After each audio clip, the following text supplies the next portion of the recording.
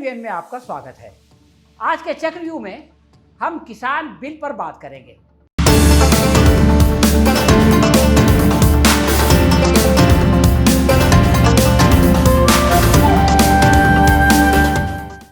इससे पहले हमने आपसे बात की थी जब किसान एजिटेशन कर रहा था, उसको यह अपेक्षा थी कि यह बिल पास नहीं होगा।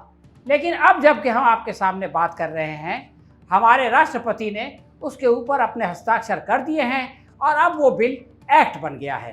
प्रश्न ये पैदा होता है कि आखिर इसमें ऐसी क्या बात है कि पूरे देश का किसान इसके खिलाफ एजिटेशन कर रहा है और आरएसएस की भारतीय किसान संघ के लिए मुँह छिपाना मुश्किल हो गया है। दोस्तों, सरकार किसानों पर यह एहसान जता रही है कि उसने इस बिल के द्वारा किसानों को सरकारी मंडी से बाहर अपनी पैदावार बेचने का परमिशन दे दिया है।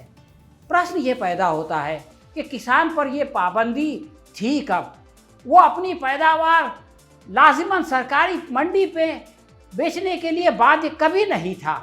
वो तो इससे पहले भी आज़ाद था। इसका मतलब ये है कि जो प्रतिबंध सिरे से था ही नहीं, उसको ख़त्म करके बिना वजह का क्रेडिट लेने की कोशिश की जा रही है।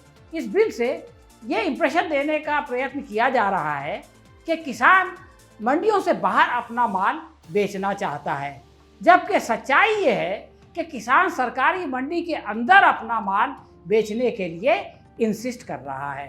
ये किसान की देशभक्ति नहीं, उसकी मजबूरी है। किसानों को सरकारी मंडी से बाहर कम भाव मिलता है, इसलिए वो चाहता है कि उसका माल मंडी में बिके।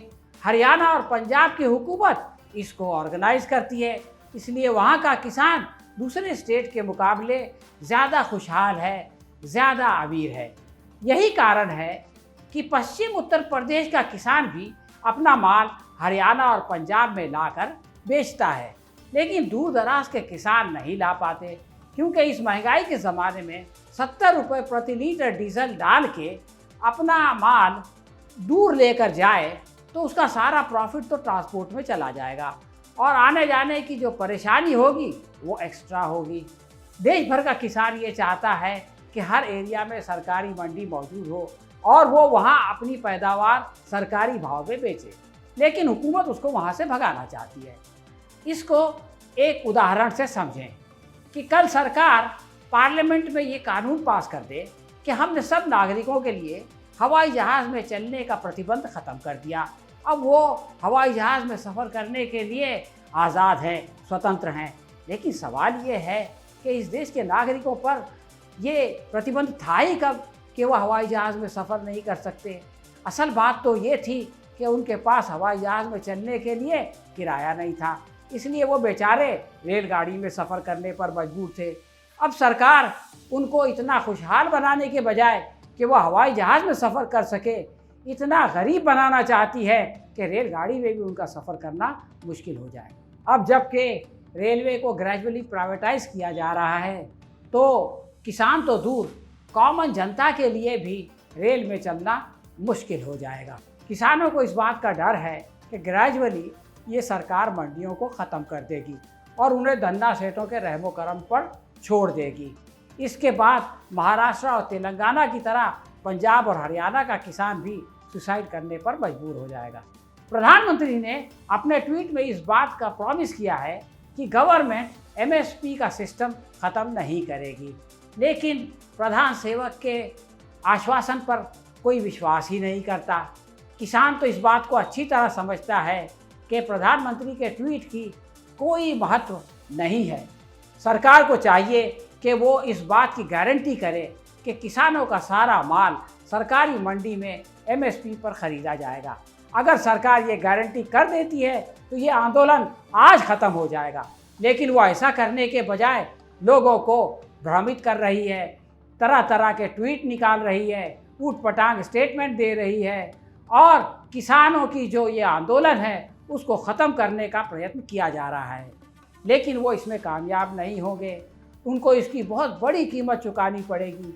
पंजाब, हरियाणा और वेस्टर्न यूपी के गांव में उनका घुसना मुश्किल हो जाएगा, इसलिए कि वहाँ का किसान अब धोखे में आने वाला नहीं है।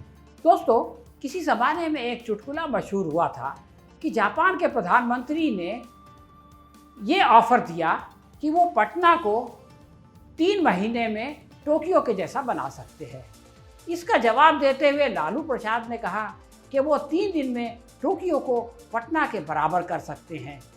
आजकल हमारी केंद्र सरकार इस जोक को रियलिटी में बदल रही है।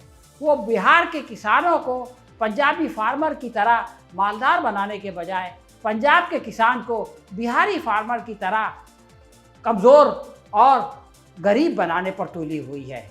ये कोई इमेजिनरी बात नहीं है। सरकारी स्टैटिस्टिक्स के मुताबिक पंजाब का किसान 39% गेहूँ सरकारी मंडी में बेचता है, जबकि बिहार में वो सिर्फ 0.1% गेहूँ सरकारी मंडी में बेच पाता है। दोस्तों, पिछले 14 सालों से बिहार में एनडीए की सरकार है और उसने वहाँ पर सरकारी मंडी और एमएसपी का सिस्टम तकरीबन समाप्त कर दिया है। यही काम अब केंद्र सरकार पूरे नेशनल लेवल पर करना चाहती है। इसका नतीजा ये निकलेगा कि पंजाब के एक घर में जो किसान की आमदनी प्रति माह 18,000 रुपये है, वो घटकर बिहार के किसान की तरह 3,500 पर आ जाएगी। पंजाब के किसान को ये डाउट है कि इस नए कानून के बाद उसकी हालत भी बिहार के फार्मर्स की तरह हो जाएगी।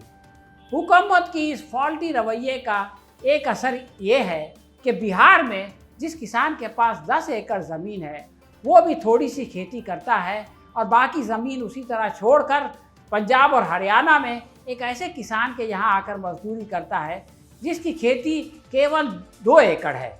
उसकी वजह यह है कि पंजाब और हरियाणा का किसान ज़्यादा खुशहाल है और बिहार का किसान बदहाल है।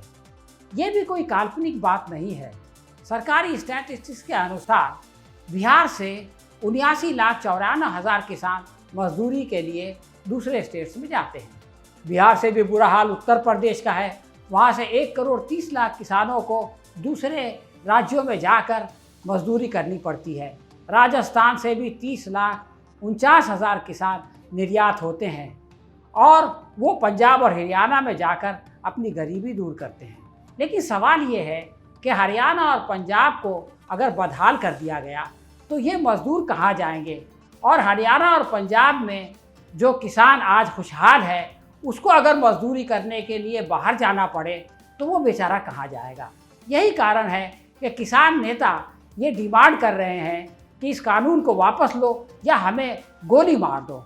वो नहीं चाहते कि उनको भी महाराष्ट्र और तेलंगाना के किसानों की तरह आत्महत्या करनी पड़े।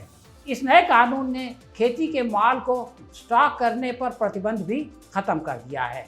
हिंदुस्तान में किसान कर्ज के तले दबा होता है, इसलिए वो अपना माल स्टॉक कर ही नहीं सकता। उसके पास कैपेसिटी नहीं होती और उसके पास सहूलत भी नहीं होती। वो तो चाहता है कि जल्द अज जल्द अपना माल सेल कर दे और अपना लोन अदा कर दे ताकि उसको कम से कम सूद देना पड़े और अपने घर की ज़रूरत को पूरी करे। हुकूमत की ये स्कीम वैसी है जैसे एक ज़माने में गरीबों से कहा गया कि तुम बैंक में फ्री में अकाउंट खोलो। उन्होंने अकाउंट खोल लिया, फिर मिनिमम बैलेंस के नाम पर बैंकों ने उनके जेब काटना शुरू कर दिया। अब सरकार किसानों का जेब काटना चाहती है। इस बिल का सबसे ख़तरनाक पहलू बड़े कैपिटलिस्ट लोगों को ठेके पर ज़मीन लेने की सहूलत है। इसके ज़रिए कड़ी शर्तों पर ग्लोबल धंधा सेठ किसानों की ज़मीन ठेके पर लेगा और किसान अपने ही खेत में मालिक से मजदूर बन जाएगा। इसके अलावा वो ऐसी कंडीशंस लगा देगा कि किसान खून पसीना बहा कर भी भूखा मरने पर मजबूर हो जाएगा। जहाँ तक किसान इंश्योरेंस का सवाल है, इससे फ़ायदा कम और नुकसान ज़्यादा है। आखिरी बात यह है दोस्तों कि आखिर हुकूमत को ये सब करने की ज़रूरत क्या है। इसका एक कारण ये है कि हमारा बजट पहले ही डेफिसिट में था, यानी आमदनी कम और खर्च ज़्यादा था। अब कोरोना के बाद ये समस्या बहुत गंभीर हो गई है और अब सरकार के लिए बाहर से कर्ज लेना अनिवार्य हो गया है। बाहर के इंस्टीट्यूशंस जैसे WTO वगैरह उसी वक्त कर्ज देते हैं जब उनकी कंडीशंस को फुलफ़िल किया जाए और जब बड़े बड़े धंधा सेठों को किसानों को एक्सप्लॉइट करने की सुविधा दी जाए। इसमें अडानी और अंबानी जैसे धंधा सेठों का भी फ़ायदा है, इसलिए उन सब को खुश करने के लिए सरकार किसानों को बलि का बकरा बना रही है। तो दोस्तों, ये थी हमारी आज की समीक्षा। आपको कैसी लगी हमें कमेंट बॉक्स में लिख कर बताएं। अगर आपको पसंद आई हो तो अपने दोस्तों के साथ शेयर करें और इसको लाइक करें। हम बहुत जल्द किसी नए विषय के साथ आपकी सेवा में फिर उपस्थित होंगे। तब तक के लिए आज्ञा दीजिए। धन्यवाद।